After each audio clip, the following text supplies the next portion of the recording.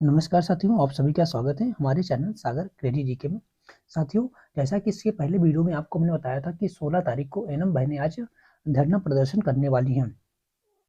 तो एनम बहनों ने परिवर्तन चौक से लेकर के स्वास्थ्य भवन तक मार्च करने के लिए जैसे एकत्रित होती है, वैसे भारी पुलिस बल के द्वारा उन्हें रोक लिया जाता है। उसके बाद एनम बहनों ने अपनी मीडिया को संबोधित करते हुए अध्यक्ष सुमन सैनी ने कहा कि एनम के रूप में भर्ती होने के बाद से नियमित रूप से एक विदाग और कुशल रिकॉर्ड के साथ हम सब सेवारत हैं। एनम को निश्चित फ्लैट वेतन मिलता है।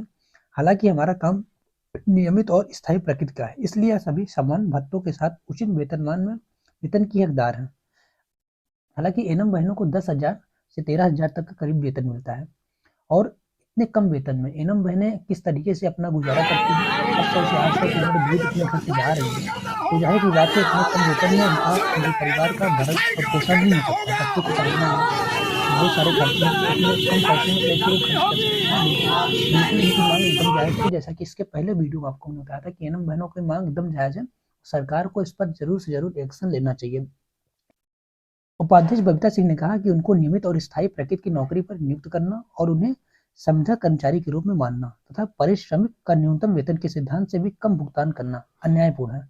उनको अपने नियमित समकक्षों के अनुरूप जिन्हें वेतन और भत्ते दिए जाते हैं भुगतान न किया जाना अनुचित श्रम अभ्यास है। साथ ही साथ भारत के संविधान के आर्टिकल 14, 16 और 39D का उल्लंघन है और यह उनके श्रम का सरासर शोषण है।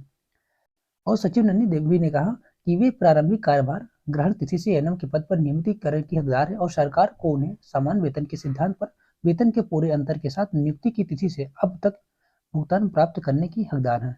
यही नहीं, किसी तरह की सामाजिक सुरक्षा भी एनएम को प्रदान नहीं की गई है। स्वास्थ्य और सुरक्षा बीमा किसी भी कर्मचारी का बुनियादी हक होता है, जिससे आच्छादित करना तो दूर ईएसआई तक की न्यूनतम सुविधा भी नहीं दी जा रही है।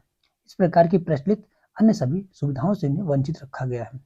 कि प्रदेश अध्यक्ष विजय विद्रोही ने कहा कि बहुत आश्चर्यजनक बात है कि केंद्र और राज्य सरकार ने पूरे स्वास्थ्य विभाग की प्रतिभा और श्रम की लूट के केंद्र में बदल दिया है। मातृत्व व शिशु सुरक्षा से लेकर कोविड जैसी महामारी से लड़ने में अगले मोर्चे पर अपना सर्वोत्तम योगदान देकर पराजित करने वाली एनम बहनें खुद ही सरकार की इसी शोषणकारी नीति के कारण परेशान है। उन्होंने कहा कि स्थायीकरण और सामाजिक सुरक्षा की गारंटी सरकार को करनी होगी, अन्यथा हमें व्यापक और बड़े आंदोलन के लिए बाध्य होना पड़ेगा। बाद में उन्होंने मुख्यमंत्री को संबोधित करते हुए 6 सूत्रीय मांग पत्र शासन के मौजूद प्रतिनिधि को प्रदेश की सभी संविदा एनम को स्थायी किए जाने, स्थायीकरण की प्रक्रिया के पूर्ण होने तक 2016 के माननीय उच्चतम न्यायालय और 2023 के केंद्रीय ट्रिब्यूनल के आदेश के अनुरूप समान काम समान वेतन का भुगतान स्थायी समकक्षों के बराबर करने तथा कार्य में नियोजन की तिथि से अब तक उसी दर से एरियर अदा करने, 10 लाख का स्वास्थ्य बीमा और 50 लाख का जीवन बीमा गारंटी और स्वैच्छिक गृह जनपद में तैनाती और स्थानांतरण की सुविधा प्रदान करने के लिए माननीय उच्चतम न्यायालय के आदेश के अनुपालन के क्रम में मानदेय भुगतान दिया जाता है इनको। किसी को 10,000 है, फिर किसी का 12,000 है, किसी का 15,000 है। गैर जनपदों में इनको जो है नौकरी के लिए भेज दिया गया है। दूर दराज के इलाकों में जितनी तनख्वाह मिलती है तो उतना तो खाली इनका मकान का भाड़ा हो जाता है, किराया नहीं है, खाना नहीं है, बच्चों की परवरिश का कोई सामाजिक सुरक्षा नहीं है और ये जो है बस इनके श्रम की लूट का पूरा एक दौर जारी है।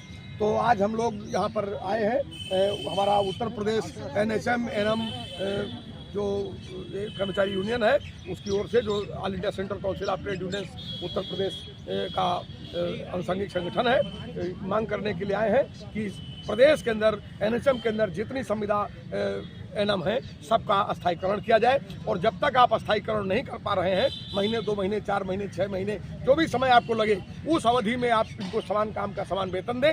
इनके स्वास्थ्य के लिए ईएसआई तक की व्यवस्था आपने नहीं दी है, इसलिए हम मांग करते हैं कि 10 लाख रुपए का स्वास्थ्य बीमा और 50 लाख रुपए इनको जीवन बीमा की गारंटी की जानी चाहिए। और इसी तरह से सुप्रीम कोर्ट के आदेशानुसार जेंडर कैश बनाने का, जीएस कैश बनाने के लिए हर महिला संस्थान में आदेश हुआ था, उसका अनुपालन अब तक नहीं किया गया है। इसलिए महिला उत्पीड़न और सेक्सुअल हैरेसमेंट के खिलाफ हर सेंटर पर, हर जिले में जीएस कैश गठित किया जाना चाहिए। ये कुछ मांगे हमारी हैं जिनको लेकर के आज हम लोग यहाँ पर इकट्ठे हुए हैं और अभी हम लोग मार्च करेंगे और स्वास्थ्य भवन तक जाएंगे। हम लोग स्वास्थ्य भवन तक जाकर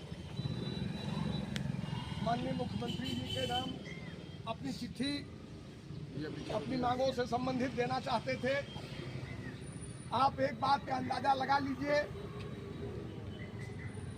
कि सरकारें जनता से किस कदर डरती हैं कि हम 1 दर्जन लोगों का सड़क पर चलना भी सरकार को कपकपी छुड़ा रहा है।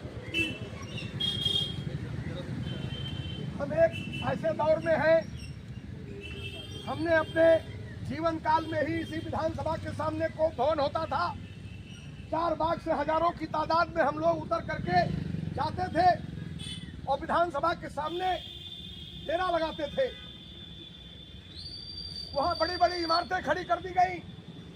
हाई कोर्ट की मदद से स्थानीय प्रशासन ने हम लोगों के बोलने का अधिकार सीमित किया। 12,000 रुपए में काम करने के लिए विवश है और इनको जो है गैर जनपदों पर तैनाती दी गई है। 10,000 जो मिलता है वो खाली इनके मकान के भाड़े में खर्च हो जाता है। इनको कोई स्वास्थ्य बीमा नहीं है, कोई ESI की सुविधा नहीं है, इनको कोई ग्रेजुएटी अनुबंध नहीं है, इनको कोई सामाजिक सुरक्षा अनुबंध नहीं है। हम लोग आज इनके अस्थायीकरण का सवाल लेकर के आए हैं और ये अस्थायीकरण किया जाए। और ये सब लोग लंबे समय से काम कर रही हैं, पूर्ण दक्ष स्वास्थ्य कर्मी हैं और जब स्किल हेल्थ वर्कर्स हैं तो इनको कम से कम न्यूनतम वेतन के बराबर वेतन की गारंटी की जाए। सुप्रीम कोर्ट ने कहा था कि समान काम का समान वेतन मिलना चाहिए, लेकिन समान काम का समान वेतन देना तो दूर, अभी इनको एक मनरेगा के मजदूर के बराबर भी मजदूरी नहीं मिलती है। और जबकि पूरा स्वास्थ्य विभाग इन्हीं के कंधों पर टिका हुआ है। जिस दिन ये अपना हाथ समेट लेंगी उस दिन उत्तर प्रदेश के स्वास्थ्य विभाग की रीढ़ की हड्डी टूट जाएगी। हम लोग आज यही कहने के लिए आए हैं कि इनका अस्थायीकरण किया जाए और अस्थायीकरण अगर नहीं किया जाएगा तो आने वाली 26 फरवरी को हम लोग, अगर हमारी बात नहीं सुनी गई तो हम लोग बहुत बड़े पैमाने पर राजधानी में फिर जाएंगे। लोग ही सही ये चुनौती देने के लिए आए हैं कि हमारे जो बुनियादी सवाल है उनको कोई दबा नहीं सकता है, उनको कोई दबा नहीं सकता है। तुम हमारे सवालों को घुमाने के लिए, जनता को गुमराह करने के लिए ये जो भभूत और प्रसाद का खेल इस प्रदेश के अंदर चला रहे हो, हम इस खेल को बेनकाब करेंगे। जनता के बुनियादी सवालों को लेकर आगे बढ़ेंगे और जनता के द्वार तुम्हारी इस निकम्मी सरकार को पलट कर रख देंगे। वो दिन आने वाला है और इसलिए हम आज कहने के लिए आए हैं कि आज हम थोड़े लोग सही, हम फिर लौट कर आएंगे, हम बार बार लौट कर आएंगे और तब तक लौट कर आते रहेंगे जब तक कि हमारे सवाल हल नहीं हो जाएंगे, तब तक हम आते रहेंगे। जिंदाबाद जिंदाबाद महिला संविधान एकता जिंदाबाद जिंदाबाद जिंदाबाद महिला संविधान एकता जिंदाबाद जिंदाबाद जिंदाबाद चाहे जो मजबूरी हो परमानेंट जरूरी परमानेंट करो संविधान को अस्थायीकरण करना होगा, संविधान का अस्थायीकरण करना होगा, वेतन की गारंटी करनी होगी, समान काम का समान वेतन देना होगा, समान काम का समान वेतन देना होगा। इनकलाब जिंदाबाद, संविधान एकता जिंदाबाद, संविधान का अस्थायीकरण करना होगा। इनकलाब जिंदाबाद, इनकलाब जिंदाबाद, संविधान को परमानेंट करो, संविधान को परमानेंट करो,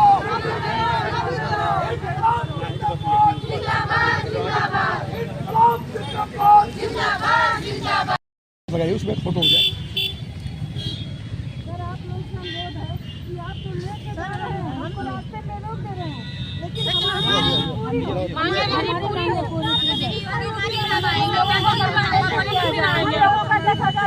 नहीं चल रहा, हम लोग बहुत परेशान हैं। जी